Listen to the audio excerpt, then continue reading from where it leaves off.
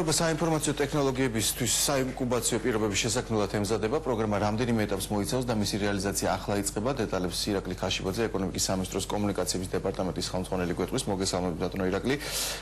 ჩვენ არ ერთგზის გაიჟღერა, რომ მთავრობა მზად არის საქართველოში ერთგვარი თავისუფალი ზონა შექმნას ინტერნეტ კომპანიებისთვის, რომლებიც აქ თავენ პროექტებს განახორციელებენ. უნდა ჩავთვალოთ თუ არა, რომ ეხლა აი ამ პროექტის დაწყებით პირველი აგური იდება აი ამ დიდ პროექტში, ესეა თუ არა და რაც გულისხმობს ეს პირველი პროექტი.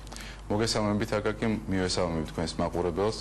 ეკონომიკისთან მდგრადი განვითარების აღნიშნული ინიციატივის მთავარი მიზანი არის ის, რომ საქართველოში ვითარდებოდეს და იხსნებოდეს არა მხოლოდ საერთაშორისო IT კომპანიების წარმომადგენლობები და აღნიშნული კომპანიები ახორციელებდნენ საქმიანობას, არამედ საქართველოში გაჩნდეს ქართული ინოვაციური IT კომპანიები, რომლებიც საკუთარ პროდუქციას გაიტანენ ექსპორტზე, ანუ საკუთარ მომსახურებებს და სერვისებს. თუმცა ეს ორი ურთიერთკავშირშია, თუ არის ერთი, ანუ აქ არის ბაზა სპეციალისტების, კომპანიების, რომლებიც შეხედული არიან საქმეში და არიან ექსპერტები, ეს იზიდავს ასევე ინტერესს უფრო მსხვილი გარეთ უცხოური კომპანიების, ესეა თუ არა? თავისთავად გამოცდილების გაზიარების თვალსაზრისით ეს აუცილებელი და გარდაუვალი პროცესი არის. თუმცა მოვიყვანე ერთი მაგალითი, იგივე ისრაელის სტრატეგია IT ინოვაციების განვითარების, იქ უამრავი კომპანია იქმნება შესაბამისი გარემოების შექმნის შემდეგ, რომელსაც ყიდულობენ უკვე მსოფლიო გიგანტები. მაგალითად, Google-მა თებერვლის თვიდან ოქტომბრის თვემდე შეიძინა 23 დამწყები IT კომპანია და საერთო ჯამში თქვენ ეს სტრატეგია მოგწონთ.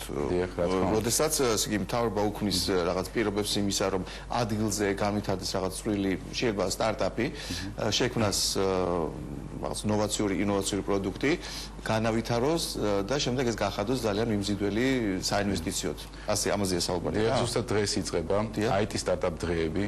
ეს არის ღონისძიებათა ციკლი, რომელიც ყოველ ორ თვეში ერთხელ ჩატარდება და ამ ღონისძიებების ფარგლებში შეიქმნება ახალი ინოვაციური IT კომპანიები. ანუ ბიზნეს იდეის ფლობელები შეხვდებიან IT სპეციალისტებს, შეიკრება გუნდი, მე აღნიშნული გუნდი გაივლის კონსულტაციებს ექსპერტებთან და მათ შემდგომ უკვე ვაძლევთ შესაძლებლობას უკვე შევახვედოთ ინვესტორებს, რომლებიც მზად არიან გაიღონ ინვესტიცია დამწყებ IT პროექტში. მათ შორის უცხოური კომპანიებიც არიან, მე რამდენიც ვიცი.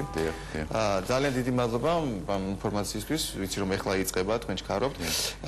მადლობთ რომ გამონახეთ დრო და ეს ინფორმაცია გაგვიზიარეთ. ეს სტრატეგია ერთგვარი ალტერნატივაა ინდოეთისა და ჩინეთის სტრატეგიის IT სფეროში. იქ უფრო ბაზარი ორიენტირებულია იმაზე, რომ შეკვეთები შეასრულონ მსხვილი კომპანიების, მათ შორის საინფორმაციო ტექნოლოგიების დარგში და მოემსახურონ ეგრეთ წოდებული ჰაბის ფუნქცია შეასრულონ ამ მსხვილი კომპიუტერული და არა მხოლოდ კომპიუტერული კომპანიებისთვის. საქართველოს მთავრობა აპირებს თვითონ შექმნას აქ პროდუქტი, რომელსაც შემდეგ მიყიდის ამ